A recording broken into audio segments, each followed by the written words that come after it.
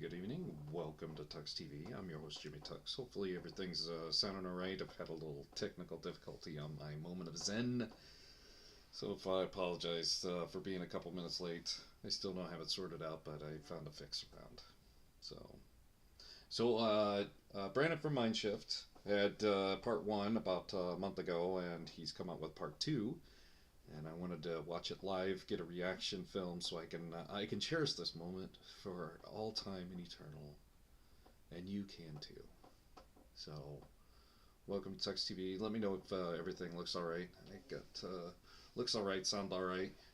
I put a poll up, to commemorate Brandon and his momentous. And he's about to. You know what? I need to check that. He is about to hit 100 subs. I wonder if he's hit it. 99.8. Oh, Bran, it's so close. So close. I wish I had any kind of sub power to give a 200 sub shift. You can have mine. You can have them. I don't need them. They do this stuff for me anyway. Alright. So... And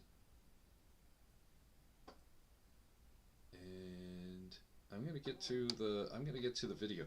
There's there've been a couple of deaths that have been kind of oddly celebrated in the atheist community.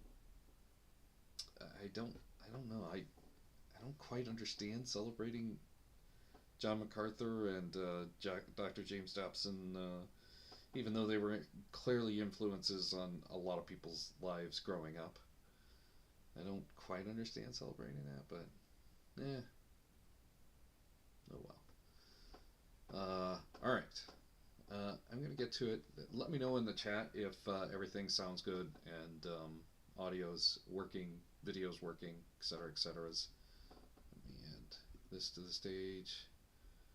Let me give a swaparoo. There we go. Yeah, I like that. I hope you're ready. I'm just so excited to share this information with you because this is the kind of video I would have wanted to see when I was deconstructing. What I'm hoping between part 1 and this one is that you get a full accounting of the evolution of evil, the evolution of God's enemy. And what I hope to be able to conclude for you is that it is 100% man-made. And I wanted to start with some numbers. We did the Old Testament and there was 11, 12, maybe 13 instances of an enemy of God. Most of those are falsely attributed. It's actually talking about the king of Tyre, the king of Babylon, a crafty serpent. And that's out of 23,000 verses in the 39 books of the Protestant Old Testament canon. 13 out of 23,000. Then you move into the New Testament, which only has about 8,000 verses, and yet jumps up to about 100 instances of an enemy, Satan. Mm-hmm. Yeah, it's amazing. If you pay attention to the evolution of Satan throughout the Bible, the way it starts to the way it finishes, there is a supervillain. It's basically a pedestrian for the majority of the Old Testament and becomes this supervillain, this counter to the Jesus narrative. Demons, the devil, which still is not very much when you think about what Christians believe today about the enemy of God. And no, we won't be going through 100 verses today because a ton of those are redundant between the Gospels, which shrinks that number down even more. So that's the first thing I want you to see, just how little out of 800,000 words in the Bible do we have any kind of mention to the enemy of God. And then you're going to see how little he has actually played a part in any of the sin or suffering in the world, especially compared against God. If you watched part 1, you might be wondering, how did we go from that, a title of accuser or adversary, working on behalf of God the vast majority of the time that this role is mentioned, to a New Testament filled with the devil and his demons prowling everywhere, looking for whom they can devour, possessing people left and right? Well, there's 4 main influences. I want to cover these very quickly, and then we're going to get into our book by book. First, we have the Persian influence. So this happens between the 6th and 4th century BCE. The Jews were exiled in Babylon. The Persians take over during the later part of their captivity. They're actually the ones that released them to go back home. But when they went back home, they took a lot of influence with them. The Persians had the Zoroastrian dualism, this cosmic concept of good versus evil with Ahura Mazda and Ahriman. This good versus evil cosmology had a profound shaping on the Jewish thought. That once vague accuser that we saw in Job most clearly, but also in places like Zechariah, is now being reimagined as this cosmic evil force, truly in opposition to Yahweh himself. And then quite a bit happens between the 400 years roughly that the last book of the New Testament is penned and when we move into the New Testament. Now there are some writings here that are still included in like the Catholic canon, and I know we're only covering the Protestant, but they played a major role, especially books like First Enoch, where we get the story of the Watchers and the dead giants' spirits turn into evil demons. These restless spirits become the evil spirits that haunt humanity. In Jubilees, we get Mastema, which is an evil spirit. Here it's still hanging on to some of the earlier concepts. It is permitted by God to test and corrupt humanity, starting to look though a lot more like the Satan of the New Testament. And then throughout the Dead Sea Scrolls in general, you have battles between the sons of light and the sons of darkness, kind of reinforcing this spiritual warfare idea. It's a really quick high-level overview, but it's an important part of, again, that evolution as we move to the New Testament. Because if you don't read some of those books, you just leave off with the 39 books of the Protestant Old Testament, and you're like, what happened? You get to Matthew and there's demons everywhere. These influences, and there's a couple more still. The next one being the Hellenistic and Greco-Roman ideas. Greek culture introduced daemons into the scene here. Now these were spirits that could be good or bad, but the way that the Jews attached to them was just to make them evil, and thus we get demons. You'll see that through the influence of these peoples, we get these new concepts, but then the writers attach them. They map them back on in the Old Testament where they didn't belong. You also have Hellenistic ideas of magic and medicine that show that these spirits were the cause of illness and harm. By the 1st century, this kind of thinking saturated Jewish thought, and now everything like muteness or deafness or epilepsy or madness are associated with these demons, these evil spirits. You put the cherry on top, which is this 4th influence, which is just the oppression from the Roman occupation, where they're interpreting it as cosmic oppression, and Satan becomes the hidden hand behind all of the evil doing that is harming their people. Demons kind of become the symbol of Rome's domination. So all of a sudden, by the time the New Testament writings come out, Satan has been personified. He is a singular, ultimate enemy of God that is controlling an army of evil spirits, demons. Again, a development we do not see in the Old Testament. And they're everywhere, just in time for the Son of God to show up and defeat them. I feel like I could just stop the video here and you'd have a really good understanding, but we are going to... Yeah, it's a good summary. That's a good evolution, quick evolution. The only thing I'd like to add to it is there's really no such thing as devils, demons, Satan in the Torah, the Tanakh, most of the books, but they start to show up almost in the Talmud. They kind of show up as employment opportunities almost more than they are these evil beings and creatures. They're almost like this demon is in charge of this department, almost figuratively speaking. And then the Midrash, there's quite a few references to the devil being, the devil and its demons being some variation of what we see in the New Testament, but it's definitely not the same. Jewish lore does have an evolution to it that you kind of see come full circle into the New Testament as well. Be incredibly thorough. The last thing I want to note for you, and then I promise we're going to dive right into Matthew, is the distinction and conflation of Satan and the devil, those terms as they're used in the New Testament. So in the Old Testament, we know what Satan is. It is a role, more like the prosecutor in God's divine counsel. But the New Testament, being written in Greek, does use the word Satan all the time, but it has changed Satan's meaning because of, again, the influence that I have listed. Satan is now being used as a personal name for the enemy enemy of God, the one opposing Jesus and God's people. But then you do get a secondary term, the devil, which is a separate, unique Greek word. And that actually kind of takes over, not that it maps perfectly, but more of the Satan of the Old Testament, where it's a role. All right, how's my audio now? Is it a little better? I turned it up, maybe within. Maybe it's time for a new microphone. Actually, I'm not registering anything, am I? Let's make sure that this is the Yeti. Oh, I see the... Nope, that's not it. Nope, that's good. Wonder why it's low. Let me check one more thing.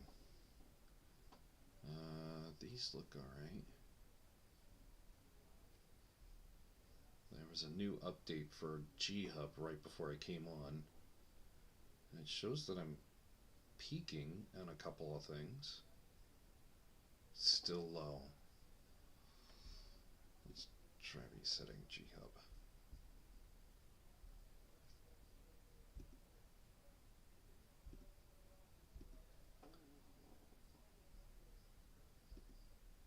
Okay. Is that better? Let me try this.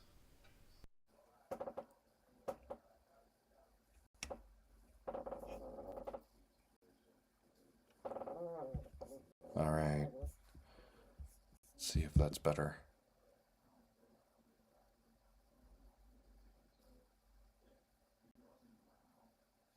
Yeah, the same video. It's the same video. How's that? Is that audio? Oh yeah, I'm peaking hard now. How's my audio now? Am I blowing out everybody's ears? According to G-Hub, I might be. It's better? Okay, good. All right. All right.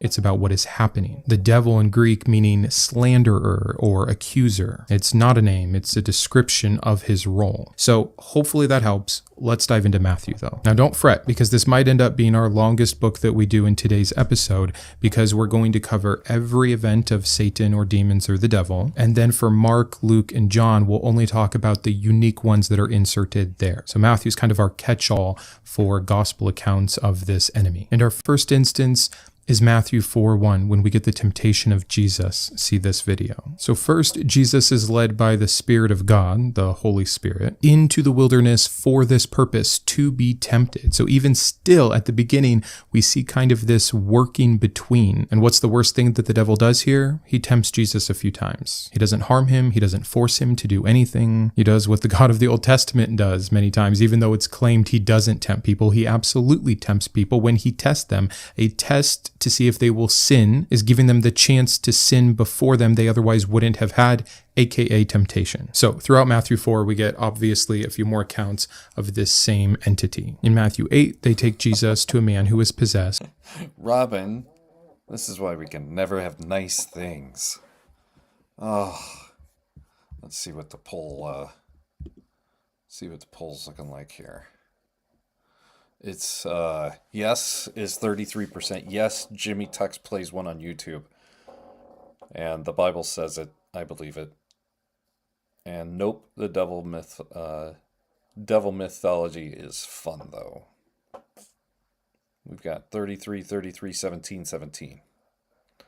Robin, I wonder if I can reset. No, I can only end poll. It's my first time using polls. You know, I thought I'd do it for... Would you do it for the devil? Would you do it for Jesus? The no at the top.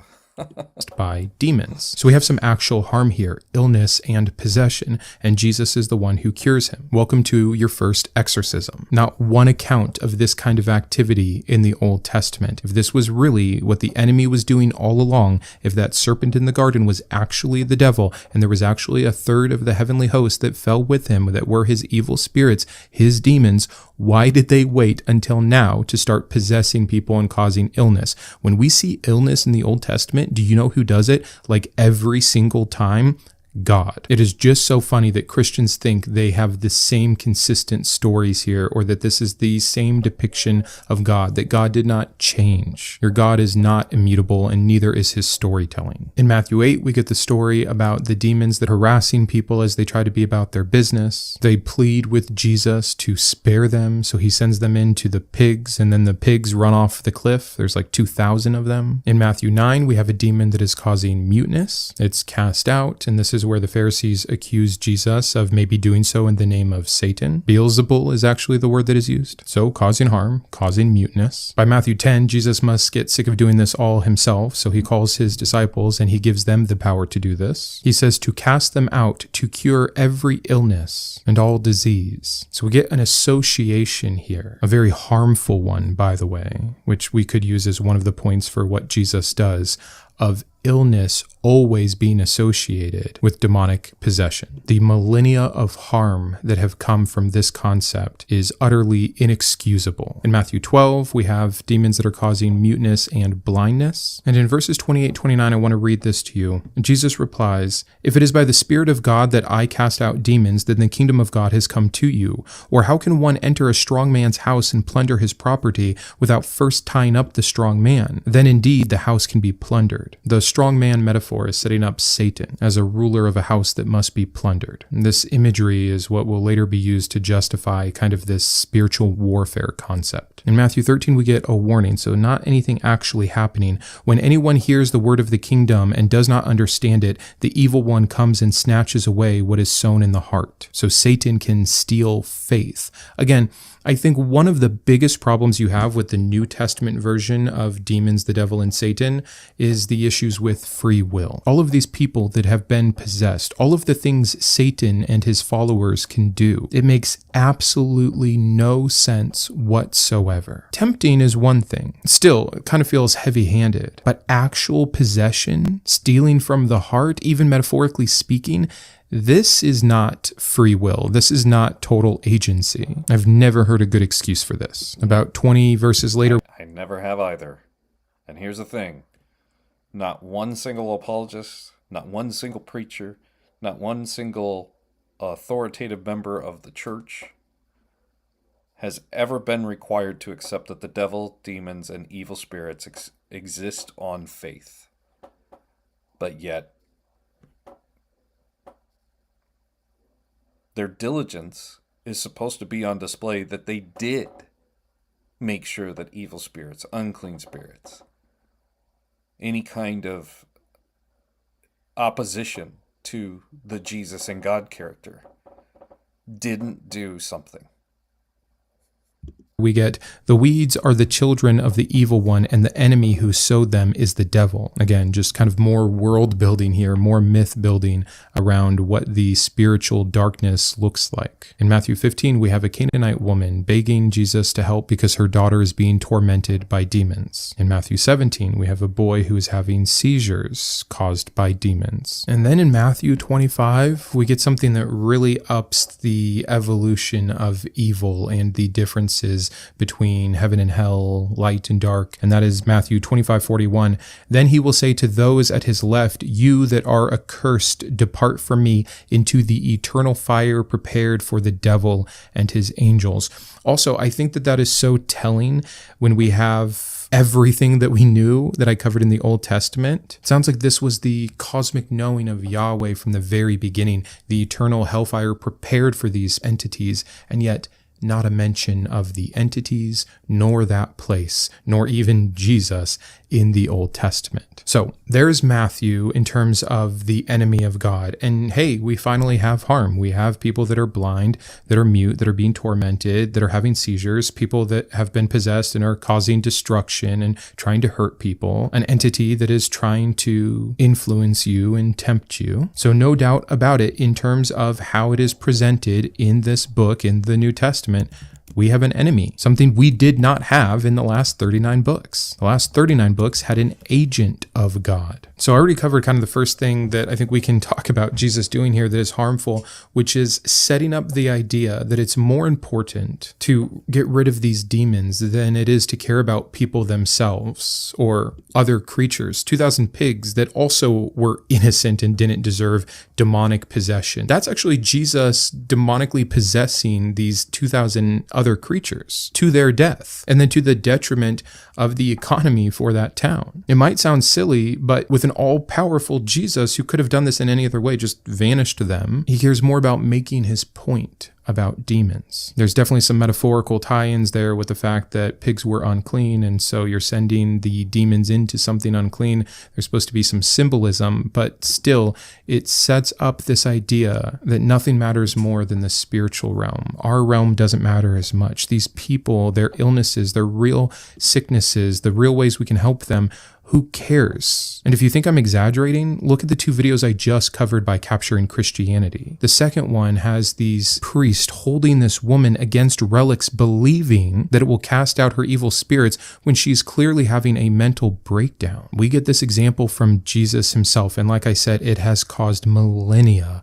of harm. The hellfire threats that I read in Matthew 25:41, and it goes on from there, by the way, I don't even know how to quantify how much harm has come by this idea alone. Maybe the worst idea in the history of mankind, a place of eternal torture. Now, we can argue all day about what Jesus really meant by hell. If people go to hell, if it's eternal, if it's annihilation, if it's purgatory, it doesn't matter, because there is a doctrine of hell, and hundreds of millions, if not over 1 billion people believe in it. And they use it as a threat. They use it as a tool of fear for control and power. If you're an omniscient God who cares about your creation, why be vague enough that people get this wrong for thousands of years? Or then it is actually the case, and now you truly are the world's greatest monster. And for a third instance, we can talk about family division. I think that this is one of the most underrated issues about Jesus in the New Testament, is the cult aspect of his leadership, about him first. I'll read to you Matthew 10:34-36.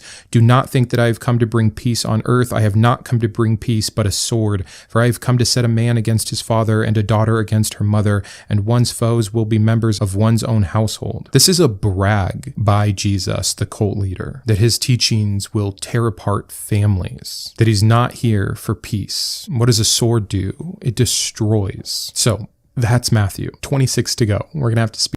All right. That was Matthew. Hey, I'm going to touch some of the comments. Dave's got, at Captain Desk, got a birthday stream on Wednesday. Happy birthday, Dave. I'll try to stop by. The Mrs. Tux is out of town this week, so my evening duties usually are available when she's out of town, and I don't have to cook and rub feet and stuff like that. So, you know, I'll be here for you on your birthday. Happy birthday. So I agree with fact of the matter here. Satan is God's contract worker. More of an employee than an enemy. Yes. Yes, that appears to be, especially the Old Testament, Hasatan, as the adversary and accuser. Somewhere in the lawyerly, much of a wag of the finger, contrast type of character. And then in the New Testament, you know, he clearly has the supervillain almost. You need a bad guy to make the good guy look good. The anti-hero. He's a little bit more of the anti-hero almost. And then I don't need a reason to watch porn, but if I used Satan, I would also use Shaggy. It wasn't me. I take credit for doing this on my own as well. Yeah, I'm with you. I'm with you, Hills. That's funny. Yeah, you're welcome, Dave. You're welcome. Yes. Watch fire when you light those candles. That's funny. Yes. When you light the candles and you blow them out and you need a fire extinguisher afterwards, it's your birthday, I've been told. Oh my god, you're getting old. And, what's Mrs. Desk gonna do? Mrs. Desk made ice cream cake. Self-extinguishing. Yeah, it is. It just goes...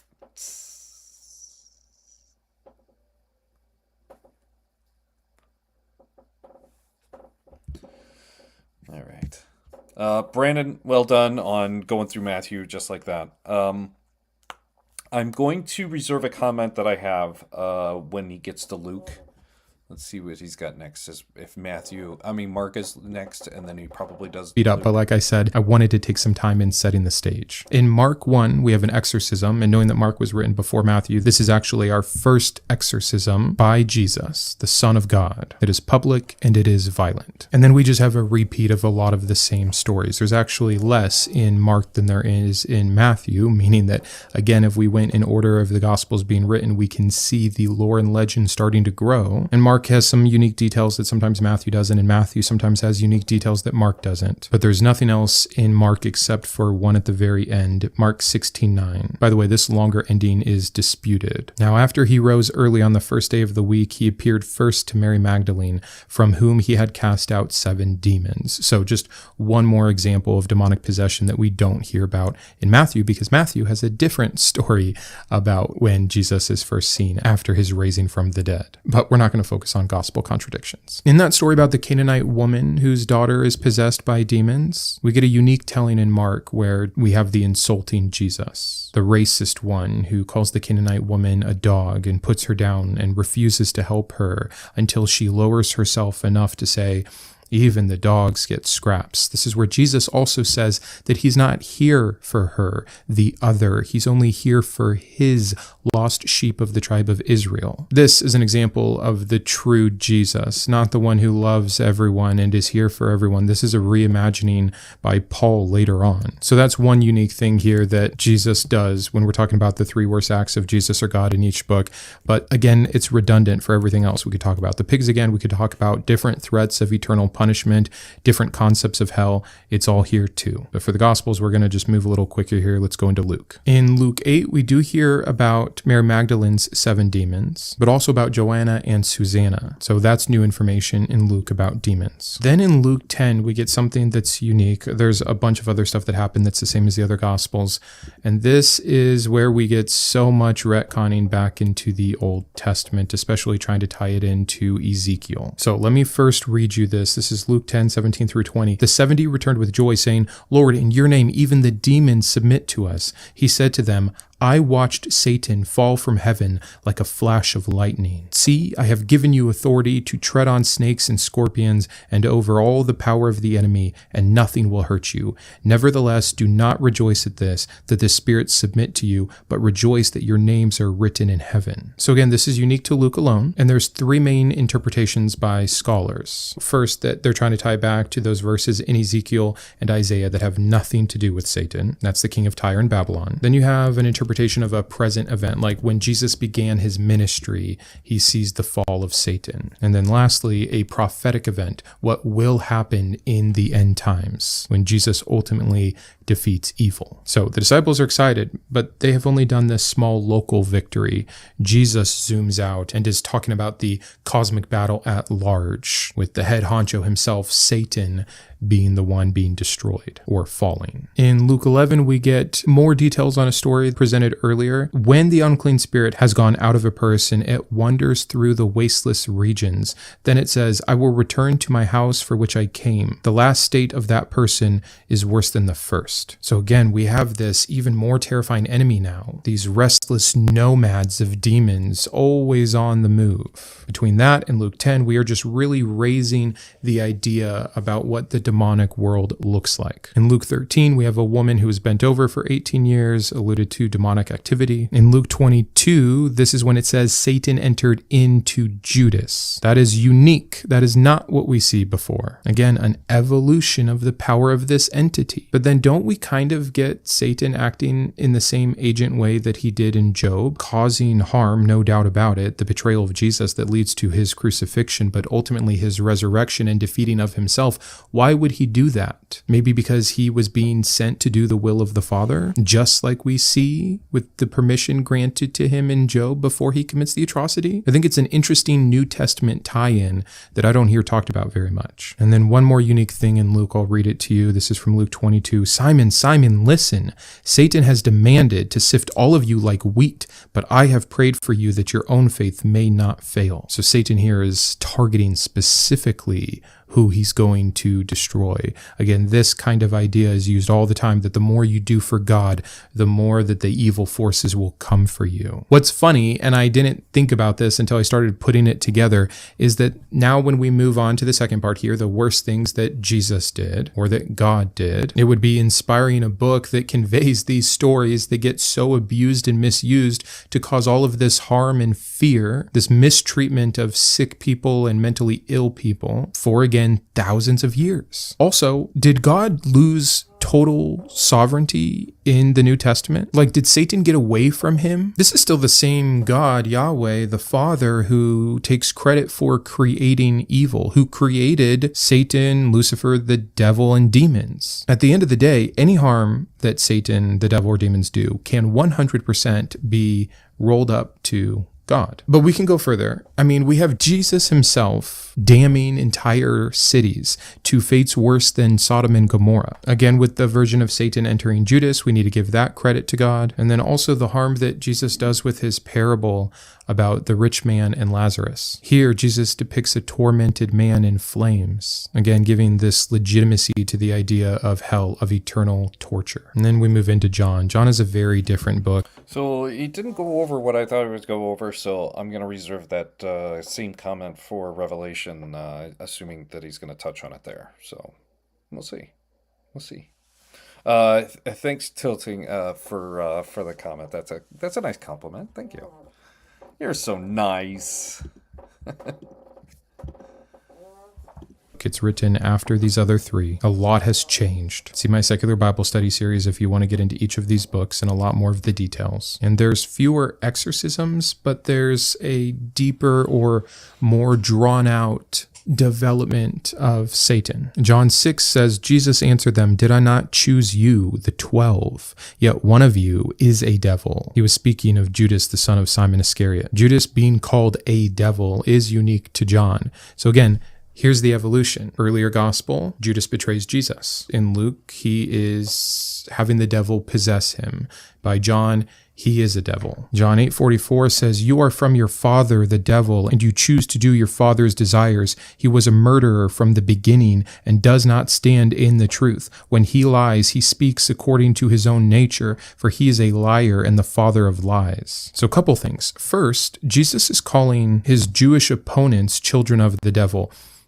It would take a whole episode to talk about the Christian anti-Semitism that has happened because of this verse alone. But also this idea of Satan being a murderer. Yeah, one instance in Job, that's it. Where else is this idea coming from? It's a couple million deaths from God in the Old Testament versus the 10 dead children and unknown workers. We could round up to 100. You don't get to claim that he's a murderer under those conditions compared to you yourself as Jesus. If Jesus is the same, if he's part of the Trinity, then he did all of those murders, all that killing in the Old Testament. It would truly be like Hitler, who commanded the deaths of 6 million Jews, pointing out one officer who shot 10 dead and being like, that's the bad guy. Can you imagine how silly? Again, That's a great example. That's right. Oh, doesn't he? Okay. So, well, I'll see if he touches on something, but uh, yeah, we'll see. If he flies by it, we'll see. And there's a lot of unique claims. I'm going to do a little more rapid fire. John 10:10, the thief comes only to steal and kill and destroy. I came that they may have life and have it abundantly. So it's not named, but it's implied that the thief is the enemy, is Satan. John 12:31, now is the judgment of this world. Now the ruler of this world will be driven out. So here we get Satan equaling ruler of the world. A lot of people don't understand where we get the concept of Satan's dominion over the world, his power.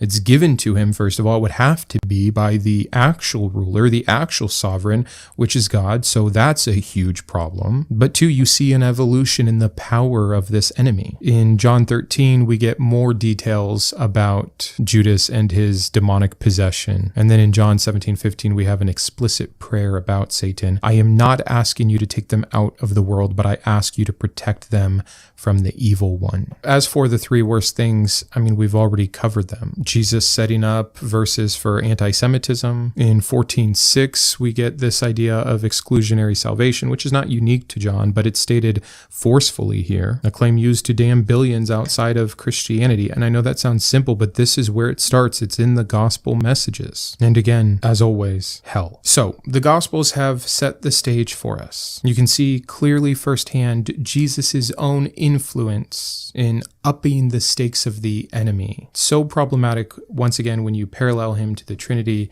and the lack of all of that, it just becomes irreconcilable. They cannot be the same God. This cannot all be true. So I hear you shouting, Marcion, Gnostics, I'm with you. Better explanations doesn't equal truth. And yes, we'll cover those in future episodes. But let's move away from the Gospels to our next book, which is Acts. Up verses for anti-Semitism. In 14:6, we get this idea of exclusionary salvation, which is not unique to John, but it's stated forcefully here. A claim used to damn billions outside of Christianity. And I know that sounds simple, but this is where it starts. It's in the gospel of the world, but I ask you to protect them from the evil one. As for the three worst things, I mean, we've already covered them. Jesus setting up verses for anti-Semitism. In 14:6, we get this idea of exclusionary salvation, which is not unique to John, but it's stated forcefully here. A claim used to damn billions outside of Christianity. And I know that sounds simple, but this is where it starts. It's in the gospel messages. And again, as always, hell. So the gospels have set the stage for us. You can see clearly firsthand Jesus's own influence in upping the stakes of the enemy. So problematic, once again, when you parallel him to the Trinity and the lack of all of that, it just becomes irreconcilable. They cannot be the same God. This cannot all be true. So I hear you shouting, Marcion, Gnostics, I'm with you. Better explanations doesn't equal truth. And yes, we'll cover those in future episodes. But let's move away from the Gospels to our next book, which is Acts. Acts 5:3, Ananias, why has Satan filled your heart to lie to the Holy Spirit and to keep back part of the proceeds of the land? So Peter blames Satan for what Ananias did. Again, free will issues, to the point that it can lead to death. Because that's what God does. He strikes them dead. In Acts. Yeah, one of the things that I'm curious about is there's, when you read Acts 4 from somewhere around verse 38 on, this is a simple story of give up your goods, give up your wealth for this cause. And it's interrupted by a chapter change. But the Ananias and Sapphira story is, in my opinion, a good reference to a business model, not something that God does. I mean, basically, you watch the movie Casino, and when Joe Pesci gets buried in a cornfield in Indiana, he is in the same category as Peter and the apostles and Ananias and Sapphira, in my opinion. It doesn't require a devil. It just requires good mythology, good story, a good demand of the authority.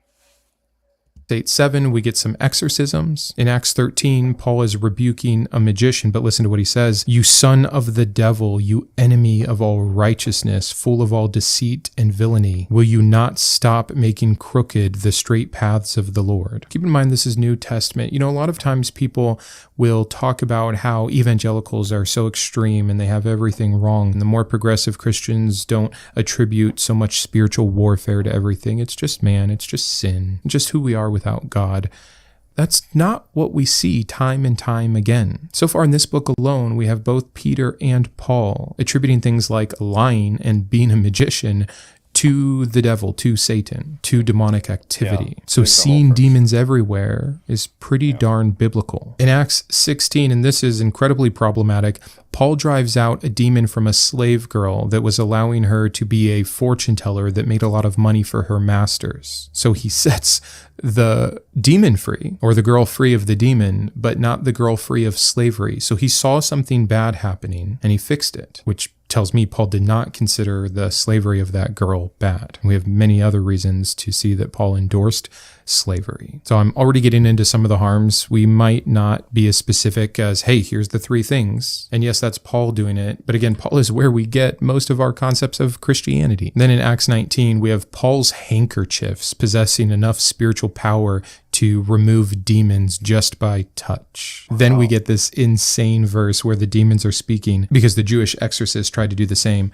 And the demons say, Jesus I know, and Paul I know, but who are you? And then attacks them. That's direct violence physically from demons, and also this awareness that they know about Jesus. And of course, Paul, with his huge ego, had to be special too. Pretty contradictory to the idea that Jesus gave his followers the power to do what he does, and even claims that they will do greater things. Oftentimes, when I see discussions about why modern day exorcists have to try so hard, or it can take a few visits or whatever, they'll reference this, that some demons are stronger and more resistant. It's not like these people are Paul or Jesus, but that gets in the way of believing that Jesus' name alone is enough, and that the power Jesus gave is not sufficient. Problems everywhere. But that's it for the book of Acts for the enemy. When we move on to God or Jesus, I've already covered a lot of the problematic things, but God does strike dead Ananias and Sapphira. That's not a natural consequence. That's God interfering with free will in the same way that he does in the Old Testament, by the way. In chapter 13, he blinds Elymas. God is breaking people out of jail in chapter 16, which seems good only because it gets the end goal of what we want for his special people. But this is still God causing destruction and chaos and harm and almost the suicide of a guard. But definitely one of the biggest harms of Acts is the outside of the Gospels, outside of Jesus, continued validation of demonic activity, spiritual warfare, and that sometimes we're even powerless against them, setting up these ridiculous hierarchies. But let's move on to Romans. And we only have one, so I'll just read it for you.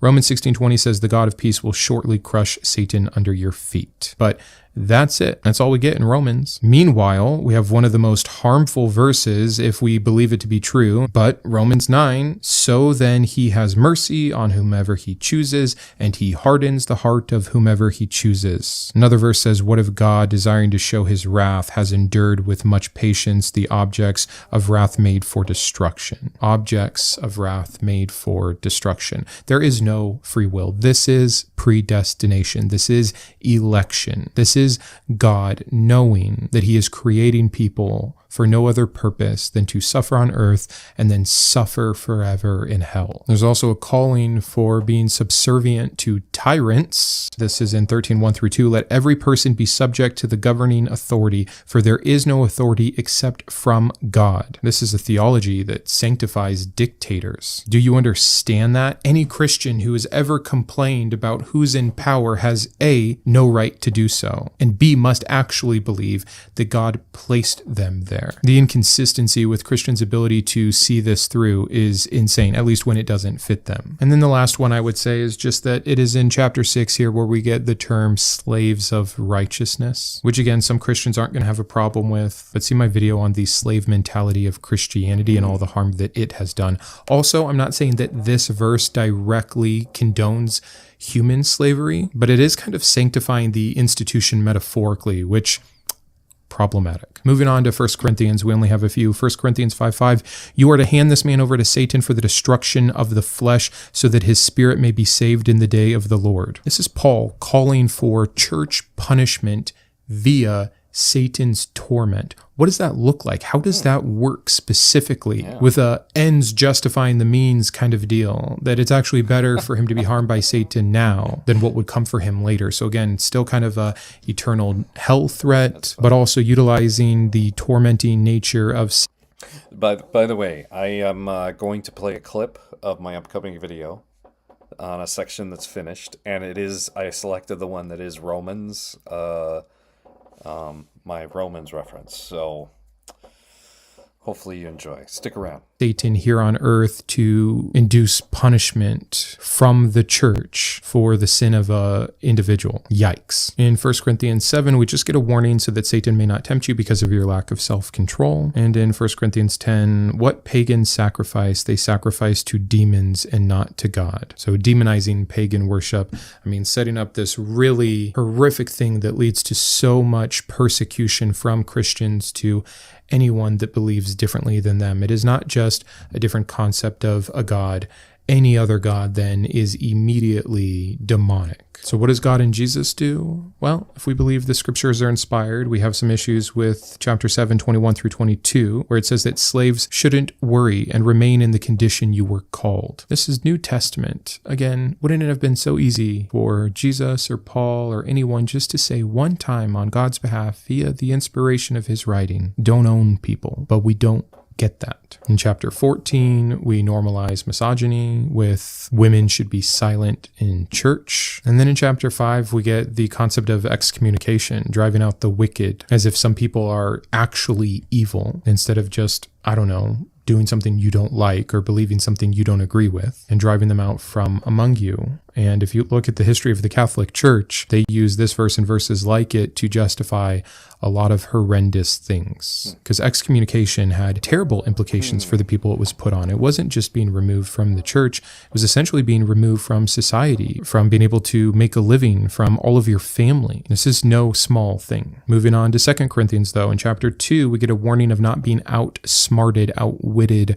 by Satan, which is hilarious to me. I get that we're supposed to have the power of Jesus, but so much of this is us pulling ourselves up by our bootstraps. We need to have self-control so we're not tempted. We need to be smarter so that we're not outwitted.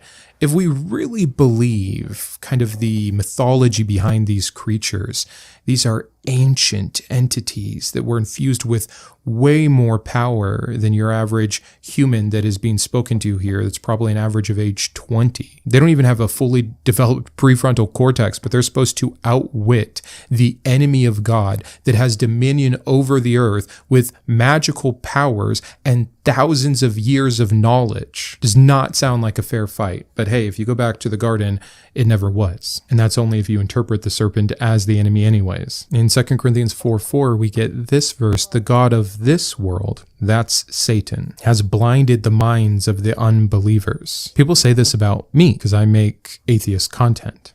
Yeah. Brandon is blinded. It's always curious. Let's go back to that comment that I made earlier, but you're not required by faith to accept that the devil exists. And if there is a such thing as a devil that you can't provide evidence for, but you somehow try to claim that there's a blindness that this being can have, sorry.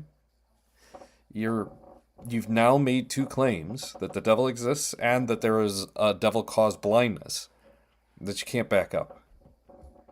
And you're not required by faith to believe that it's there. Neither the skeptic or the apologist, preacher, or authority of the church. Sorry. Brandon's not blind. Maybe he sees. That makes somebody else making things up. If Satan can blind my mind, then where's my free will? And if I don't have free will, then where is the fairness in God punishing me to eternal torment? Not that that would be fair anyways, but especially inexcusable if I'm not even in control right now. There's a lot of problematic things that happen in this book. In chapter 11, we get even Satan disguises himself as an angel of light. So Satan can deceive. Satan can actually make you believe he's one of the good guys, right? Because when if Paul's writing sees an angel of light, you can tell me all the livelong day he saw Jesus. I can tell you all the livelong day he just associated with something, and we all can see light. Sorry. talk about what I just covered, hey, how is it my fault if Satan is blinding me? They'll say, oh, you must have given yourself over to him. No, I didn't. And this next verse shows you that I didn't, or that I maybe couldn't have, that there would have been another cause. I could have been truly tricked, that it was an angel of light that I've been listening to that has been guiding me. I keep promoting some videos, but we're getting into territory where I want to remind you guys of things. See this video, Designed to be Deceived. I really believe this might be one of... This is my favorite video of Brandon's right here. That is my favorite video of Brandon's. I highly recommend that everybody watch it. It is a phenomenal piece of work. Of my most powerful videos in understanding how unfair everything is, how there's truly no free will, how hell cannot be a good thing when the enemy has the kinds of powers and we are so weak. And this verse alone is enough ammo. And then lastly in this book is chapter 12 verse 7, a thorn was given me in the flesh, a messenger of Satan to torment me. But again, this is also attributed from Paul that God is doing this, or at least allowing this, but the instrument is Satan. So sometimes there's still some holdover from some of those Old Testament ideas. And in terms of the harm, I feel like I already covered it. God has given this world over to this lesser God. God allows him to deceive people, to blind people's minds, to masquerade himself as an angel of light and be believed to be such. So we'll just move right on. Galatians, we have just one verse I want to cover. Galatians 4:8-9. Formerly, when you did not know God, you were enslaved to beings that by nature are not gods. This is likely referencing demons. And these books that are written by Paul, we're not going to see a lot of what Jesus is doing or even what God is doing, other than kind of, again, rolling this up to God's allowance. So specifically, I'll just cover a few things with Paul. In chapter 1, verse 8-9, if anyone proclaims to you a gospel contrary to what you received, let that one be accursed. Do we not still see this today? It is my denomination only that is correct, that understands this, that has the right doctrines. And then you wonder why they accuse each other of heresy and have killed each other in the past, or now just slander each other online. We have that very example from Paul himself. There's more here. There's other implications of hell, a bunch of violent rhetoric in general, but I kind of feel it's like with the New Testament, with so many more verses on Satan, the devil, we're focusing more there. And again, we do have just less interaction from God in general. There's still a few things I'll definitely be calling out, but let's move into Ephesians. Ephesians 2:2, the ruler of the power of the air, the spirit that is now at work amongst those who are disobedient. Here's Satan. In Ephesians 4, we get a warning, do not make room for the devil. I mean, other than the demonic things that happened that actually hurt people in the Gospels, so far in these books, what has Satan or the devil actually done? A little bit in Acts, I guess. Convincing someone to lie, which gets them killed, but not by Satan, by God. But the rest are mainly warnings. Don't let the devil do this. Hey, the devil's over here. The devil's looking for you. The devil has this power. I think that's something important to note. And then we get the whole armor of God thing in Ephesians 6. And I'm going to read it to you because, of course, it calls out the enemy. That's who you need the armor for. Put on the whole armor of God, for our struggle is not against enemies of blood and flesh, but against the rulers, against the authorities, against the cosmic powers of this present darkness, against the spiritual forces of evil in the heavenly places. This verse is huge in setting up the idea of true spiritual warfare. So while we're being warned about what the devil can do, what is God doing? Well, in chapter 6, he's commanding slaves to obey, again, via the author of this book. He declares wrath on the sons of disobedience in chapter 5, and portrays outsiders as darkness. But Moving on to Philippians, we have just one verse, so I'll read it. Philippians 3:2, beware of the dogs, beware of the evil workers, beware of those who mutilate the flesh. This is actually kind of demonizing the Jewish teachers, but it's the closest we get in this book to something of the enemy. As for the harm from not the enemy in this book, threats of destruction in chapter 3, that glorious image of every knee bowing, the ultimate surrender to the tyranny of Jesus, and condemning unbelievers as enemies of the cross. Again, I know it's so specific to how Christians already believe that they may not even see this as problematic, but there are religions that know that there's unbelievers and that's all they are. Oh, you don't believe in what I believe in. But the Abrahamic religions so often demonize anyone who doesn't think like them, and you wonder why it's so much more harmful than the polytheistic religions that, yes, have their own harm, no doubt about it, but there's at least an acceptance of other people believing differently. That's how you get Christian bigotry. That's how you get millennia of harm, justified violence, justified enslavement. But moving on to Colossians, in 2:15, he disarmed the rulers and authorities and made a public example of them, triumphing over them in it. In context, this seems to be relating to the cosmic demonic powers. As for the other harm of this book, we get more endorsements of slavery and declaring wrath on disobedience. Again, what I just covered before. 1 Thessalonians 2:18, we finally get a bit more specific again. Let me read it for you. For we wanted to come to you. Certainly, I, Paul, wanted to again and again, but Satan blocked our way. So I love this because we can imagine Paul means this as literally as possible. Like Satan himself was important enough to physically actually block Paul's path. But more likely, it is the same kind of Christian speak we get today about when they can't do something they wanted to do, or they're kind of late, or the sound system stopped working during church service. It's an attack of the devil. It couldn't be your own bad planning. It couldn't be that you had other... Yeah, it's not like electronics, just, wires sometimes are flawed. You twist a wire up, or you have a solder, you have a something, he overheats or it disconnects itself. Just it's what wires do. Lose their magnetism. It's just what wires do. Things degrade. A rodent chewed through the soybean oil made plastic. Who knows?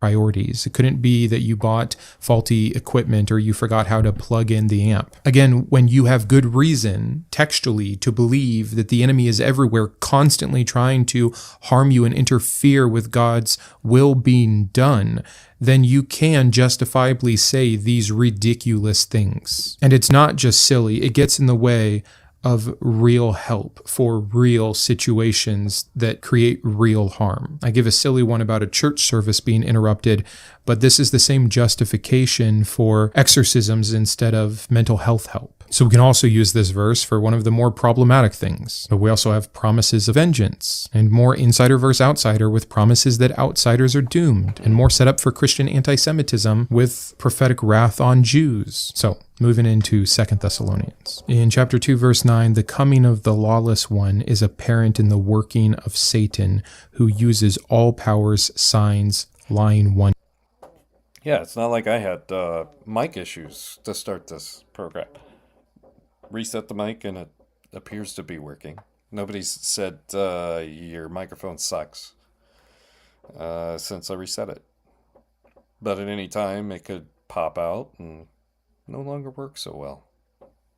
It's a lot of power for our enemy. Where did he get it from? Meanwhile, we have more threats of eternal destruction. And also God, going back to his Old Testament ways. I'll read this one to you. It's from chapter 2, 11 through 12. God sends them a powerful delusion, leading them to believe what is false. Tell me about my free will one last time. The enemy can be dressed up as an angel of light and deceive me. He can blind my mind and harden my heart. But then also, the God who is supposed to protect me from this enemy, that I'm supposed to pray to for protection, that I'm supposed to trust in the armor he's given me, can also send me delusions that lead me to believe false things. I'll spell it out for you. Certain false things one might believe, might damn them for eternity, and it came from God himself. Maybe even in the New Testament, they're all on the same team, eh? Let's move into 1 Timothy. Back to multiple accountings. We have 1 Timothy 1:20.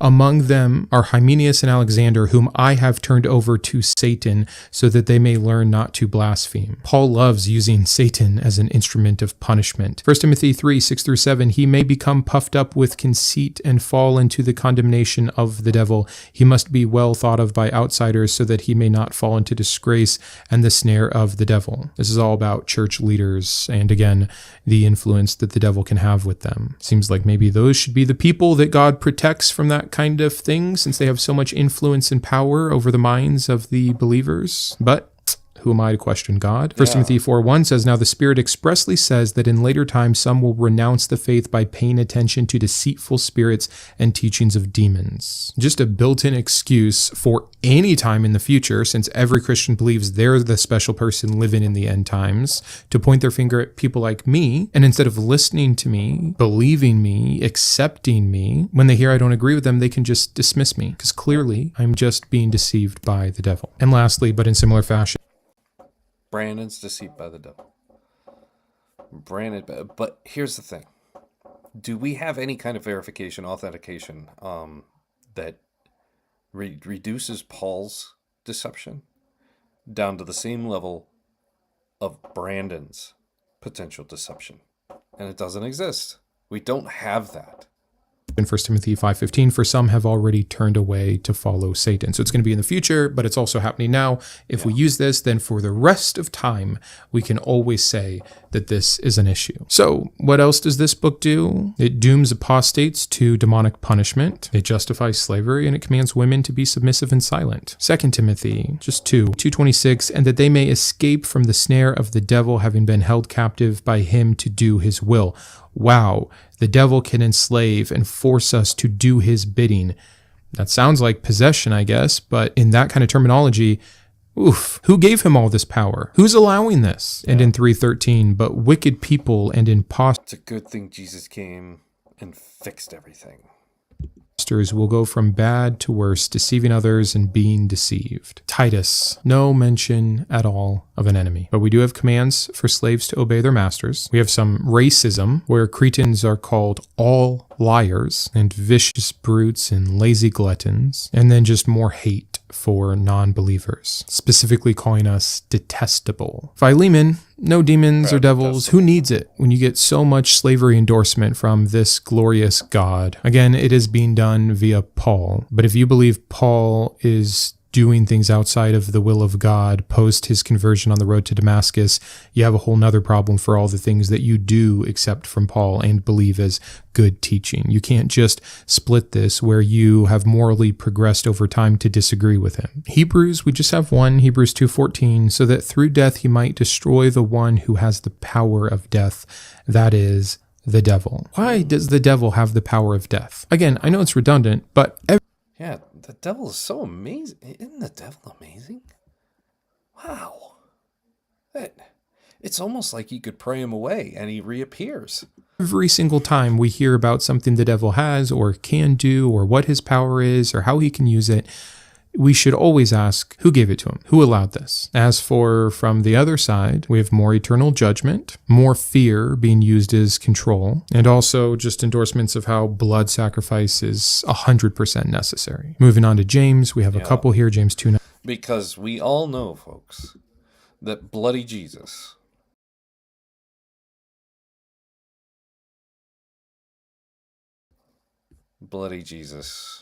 he fixed it. Man, did he fix it. He died for the world. And God gave this bloody, begotten Son. And whoever believes in him shall not perish. And gave means bloody Jesus. And folks, gave should be replaced by hugged.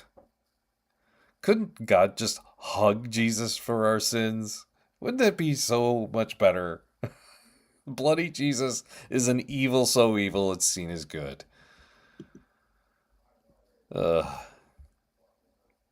look at bloody Jesus.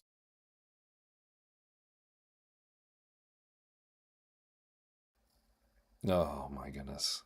It is hilarious. Thank you, Brandon. That was a perfect moment.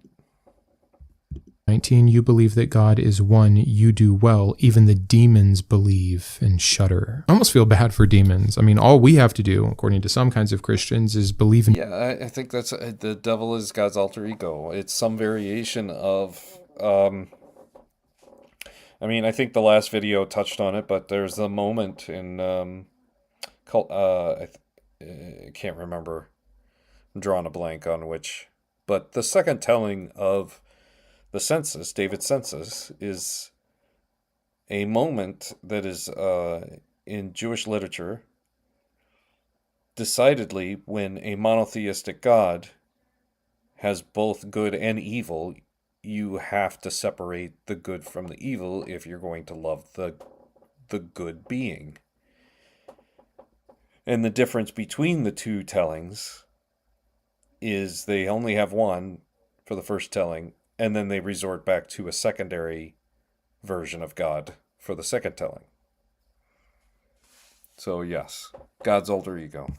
Be saved. Demons do that, but they can't be saved. They can't be forgiven. 3:15 says, such wisdom does not come down from above, but is earthly, unspiritual, and devilish. This is really harmful for promoting anti-intellectualism, that almost one needs to remain stupid or childlike to be able to believe. Yes. James, it depends on who you believe the author of James is. But this is a person who did not experience, in my opinion, Jesus directly, but is in love with the idea of a Jesus. Whether it is his brother, whether he is just an apostle, because it is unknown. But when you read the book of James, Jesus is hardly mentioned. This is a belief system where enslavement is the proper thing to think, and not whether or not it's true. And I think James exemplifies this. So when he is going through his battles with the devil, when he's going through his deceptions and deceits and trying to reconcile them, just keep in mind, he only mentions Jesus at the beginning of the first chapter and the second chapter. When it gets to 3, he's no longer mentioning Jesus. Everything he's talking about is Abraham and Job and, if I remember correctly, Elias. He talks about those leaders. He talks about those versions of their God, because they were reinvented differently between the three different examples that he's preaching for. It is an apocalyptic preacher, just doing his might, preaching his might, selling the servitude. He didn't actually experience Jesus, though. Whoever this author is didn't actually directly experience Jesus. And think about that. If he's an apostle, it's not clear he experienced Jesus directly. He's in love with something. And secondly, if it's his brother, just consider, you had a brother, you grew up with him, he wasn't a god, and then all of a sudden he's gone, and now you're a servant to him. The idea of him. That's the book of James. And there is a lot of references to deceit and the devil. Even receive from this good God. And James 4:7, the last one here, says, submit yourselves therefore to God, resist the devil, and he will flee from you. Resist the devil, and he will flee from you. And yet, we have so many other verses of that not being the case. Who needs the whole armor of God if all you have to do is say, no thanks? Did people just want to have their minds blinded, their hearts hardened, and their souls possessed? I would guess not, but apparently the desire not to have those things happen, that resistance, isn't enough. There's not a whole lot to call out in James that we can attribute directly to God, but we do have this condemnation of the rich, threatening them with misery, declaring the poor as chosen, and humiliating others. I mean, there are some class problems here, some suffering problems, some Christian persecution stuff, but I'm not finding the need to go into it in detail for the sake of this video. Again, if you haven't watched Secular Bible Study Series, I go through 7 points of each book of the Bible, and the 7th point is all the problematic passages laid out very clear in context. So you can see those if you really want to deep dive into this. But on to 1 Peter with just one, 1 Peter 5:8, discipline yourselves, keep alert, like a roaring lion, your adversary, the devil, prowls around looking for someone to devour. The devil's a predator. He's on the hunt. He's looking for you. Fear. That's all it is. Control. Not like we have a God that does that. Oh, wait, in this very book, we have commands of slaves to submit. We have wives being told to be subordinate, and we have a declaration that suffering is good for Christ. Who's the predator? We have one verse in 2 Peter 2:4. God did not spare the angels when they sinned, but cast them into hell and committed them to chains of deepest darkness. So linking fallen angels and demons, I mean, this verse has set up so much mythology that is later used in places like Paradise Lost, where we get a lot of these concepts about what the spiritual realm looks like and how it got there and what events led to this. And a strange thing about 2 Peter is it goes back to some Old Testament stories and essentially excuses them or promotes them, including the flood and the destruction of Sodom. These things are praised and excused. And then we also get fiery threats of the end of the world. 1 John has a couple for us. 1 John 3:8, everyone who commits sin is a child of the devil, for the devil has been sinning from the beginning. 1 John 3:10, children of God and children of the devil are revealed. 1 John 4:1-3, test the spirits. Every spirit that does not confess Jesus is not from God, and this is the spirit of the Antichrist. I thought even the spirits did believe in God. Anyways, it's just more lore and legend building into the mythology of the spiritual darkness of the world. So, Yeah. Oh, let's hear that again. And legend building into, I thought even the spirits did, is not 1-3, test the spirits. Every spirit that does not confess Jesus is not from God, and this is the spirit of the Antichrist. I thought even the spirits did believe in God. Anyways, it's just more lore and legend building into the mythology of the spiritual darkness of the world. So, declaring non-Christians as children of the devil, not good. That hasn't hurt anyone throughout history. It condones hatred towards outsiders, and again, threatens eternal punishment for rejecting Jesus. I wasn't sure what to do with this. Like in 2 John, we don't have anything about the devil or demons, but we do have this verse. Many deceivers have gone out into the world, those who do not confess that Jesus Christ has come in the flesh. Any such person is the deceiver and the Antichrist. So the Antichrist language here, there's just so many different conceptions. Is there many Antichrist? Is an Antichrist just anyone who is against Jesus? Is that just something natural, or is that something induced by the power of the devil? So many different Christian ideas about what this really means, so I thought I'd include it. But again, declaring outsiders as Antichrist, that's going to hurt people who disagree with you and give justification to the ones that do the inflicting harm. There's an order of no hospitality for them.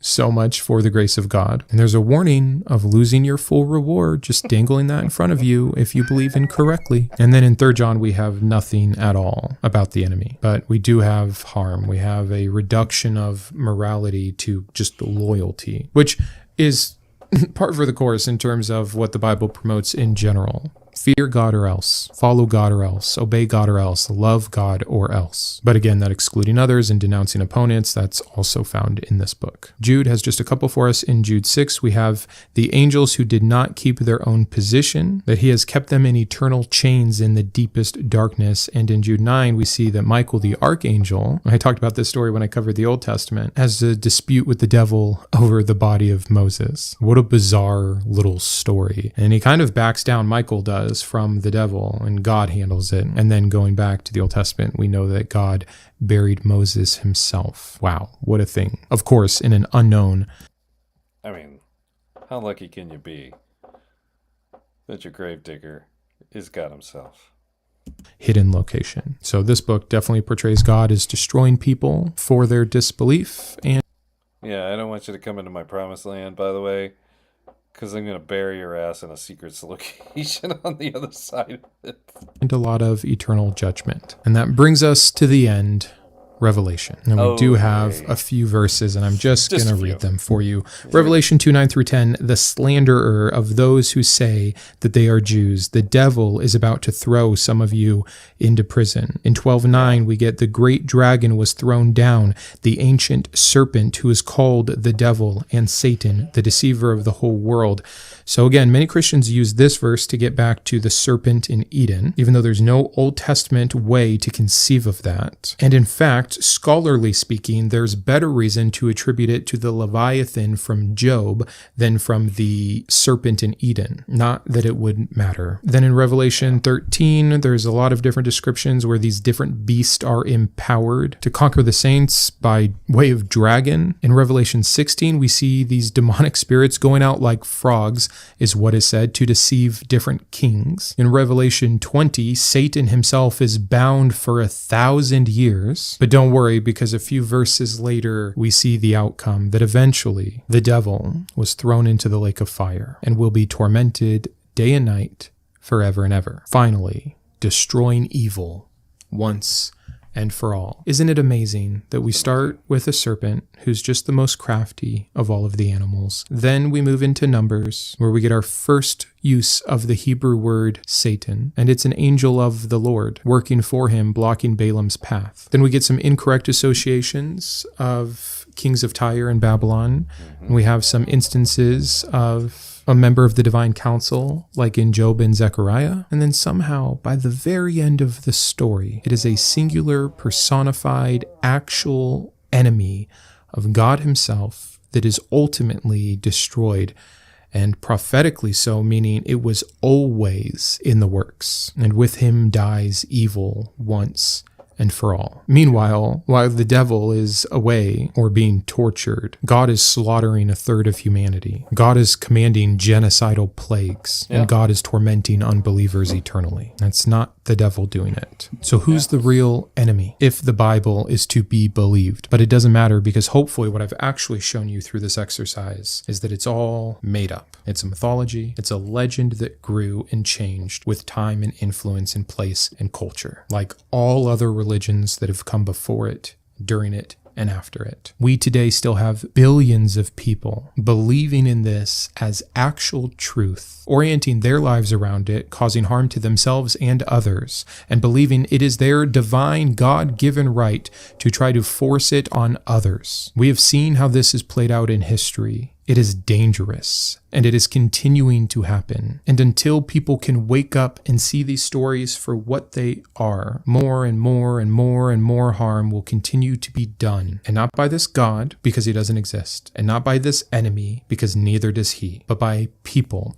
in the name of this, because of the belief of it, which is why I made this video. Thank you so much for being here, and until next time, keep thinking. I wanted to personally thank my top tiers of support, my Iconoclast, Ian, Boris, Grant, GVI, Jimmy, Joe, Kiboga, Matthew, Perry, and Sean, my Humanist Heroes, Greg, James, Jared, Christy, and Matthew, my Atheist Advocates, Aquitar, Caleb, Dan, David, Drew, Jeff, Jeffrey, Julie, Malcolm, Paul, Sparky, and Thomas, as well as all of my Secular Scholar patrons. If you believe in the mission of this channel, please consider joining these fine people. And be sure to subscribe and get him to 100,000. Tell your friends, tell your friends' friends, tell your friends' friends, friends, friends, friends. Tell your friends, friends, friends, friends, enemies. Tell your friends, friends, friends, friends, friends, Hasatan. And this right here, it is always telling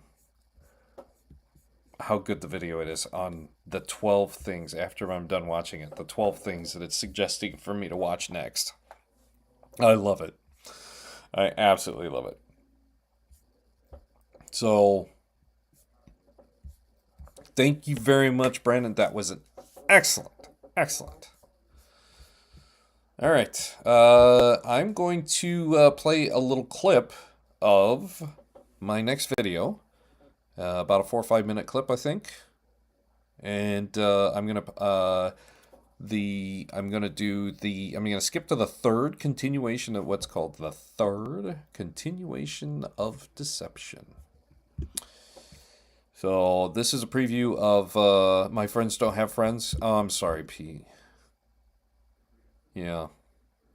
Friends don't let friends do devil video complaining about God bad, devil bad videos. We just don't let friends do that. All right, here's a little clip of my next video. So hey, enjoy. A lot of power.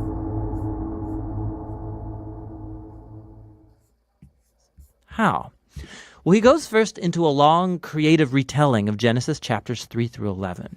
He shows how all the Gentile world, all the nations, have become trapped in the spiral of sin and selfishness. Satan's power and dominion is broken over you, and the only reason he's able to oppress you is because you believe he has power. You believe he's stronger than you. You've accepted a lie. The human heart and mind are broken, Paul says. We've turned away from God to embrace idolatry, which means finding ultimate significance in created things and then giving ultimate allegiance to these things that are not God. This results in a distortion of our humanity and destructive behavior. To idol worship, and the Torah is from these two brothers. Israel is actually more guilty than the Gentiles, Paul says, because they have the Torah. They should know better. Is this man-made? It ain't too exciting, but it's mostly legal. Or is it from God? Well, that was very perceptive. The building is proof of a building. The credibility of the portrait of Jesus that they paint for us has to be open to the possibility of a miraculous Jesus emerging. Otherwise, he begs the question. Is this man-made, or is it from God? Now, my question is, when you look at a painting, how do you know there was a painter? don't you think you'd be able to tell the difference?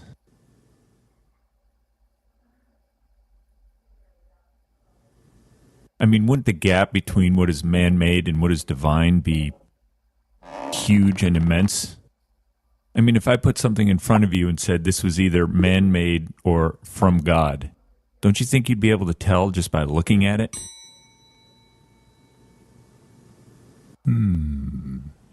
Man-made. Don't you think you'd be able to tell just by looking at it? Man-made. The credibility of the portrait of Jesus that they paint for us. Man-made. But the thing is, most Christians, 95% of the Christians, have never had a chance or never taken the opportunity to just look at what the truth is. And that's why I wanted to write this book. I want to be able to document it for that believer, because once you become convinced of it... Wouldn't that be all the proof you would need? I think you could tell. I think we all could tell, because we all have that built-in meter inside us that detects the deceived. I repent on this show. Need a deceiver. On one side and truth on the other. And truth is what we're looking for here. A friendly challenge in peace. Google the Sermon on the Mount by a bunch of rich white guys in Rome who wanted a lot of power. All right. Here you go. That's a little preview. And I thank you all for coming in. It looks like I've still got some followers. I put the Restream link on there. If Earl, if you're still here, click on that and do the moment of Zen with me. And I'm going to do. I think I'm going to do 2 moments of Zen. I'm going to do this one right here. Is Christian, but it is pointed out to me many times in the South that they're not the same. Because in the South, they'll go, "Oh, are you Christian?" I go, "Yeah, I'm Catholic." "Oh, well, we're Christian." "Oh, okay. I thought we said the same thing, but I guess not." There are differences. The Christians have a direct relationship with Jesus, and they speak of it like that. You know what? Me and my relationship with Jesus, well, I love Jesus. Jesus loves me. It's a direct, very solid relationship with Jesus. And I thought, wow, really? You guys go straight to Jesus. In a Catholic school, I was given a laundry list of people to contact before the nuns said, because otherwise I'm bothering Jesus. You are going to call these people, Kathleen, before you bother Jesus. You could start with your guardian angel. He's got nothing to do 24 hours a day except tend to your needs.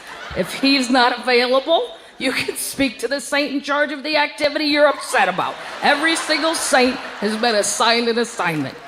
You can speak to Jesus' mother if you'd like to. You can give Mary a shout, but you are not to bother. All right. I played to that clip to play this one as well. So let me see who is in here. And it's Earl. All right, Earl. Hi, welcome. Hello, can you hear me? I can indeed. All right, leads bow tie bless. This is your moment of Zen. Do you have anything you want to add, Earl? Oh, nope. Nope. Okay. All right. Bow tie bless all, and here's your moment of Zen.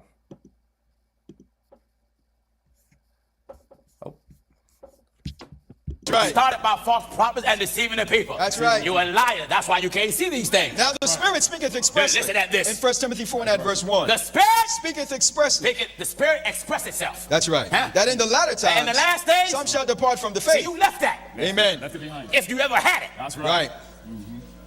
Mary is God's mommy. No. Lord. Without mother. That's an insult. That's an insult. He's without mother. That's right. He's the Lord of the world. That's Amen. Huh? Amen. Come on, Sam. Some shall depart from the faith. Giving heed to what? To seducing spirits. Now, let's see this talk. Let's see if the cap is included in the scripture. Giving heed to seducing spirits and doctrines of devils. And speaking lies and hypocrisy. And having their conscience seared with a hot iron. All right, we're getting warm. Go ahead. Forbidding to marry. That's you. Amen. That's right. That's right. That's right. What do the Catholics do? Forbidding to marry. What kind of doctrine is it called? Doctrines of devils. And what do they teach? Forbidding to marry. What kind of doctrine is it called? Doctrines of devils. What do they teach? Forbidding to marry. What kind of doctrine is it called? Doctrines of devils. That's right. Devil doctrine. Devil's doctrine. From the devil's church. That's right. Ran by the devilish pope. That's right. Forbidding to marry. You come get Pastor Jennings. I'm not running nowhere. I'm a very easy man to find. Amen. You see it up on television where I'm going to be in America and out of America. That's right. We're not ducking. I welcome you. Go ahead.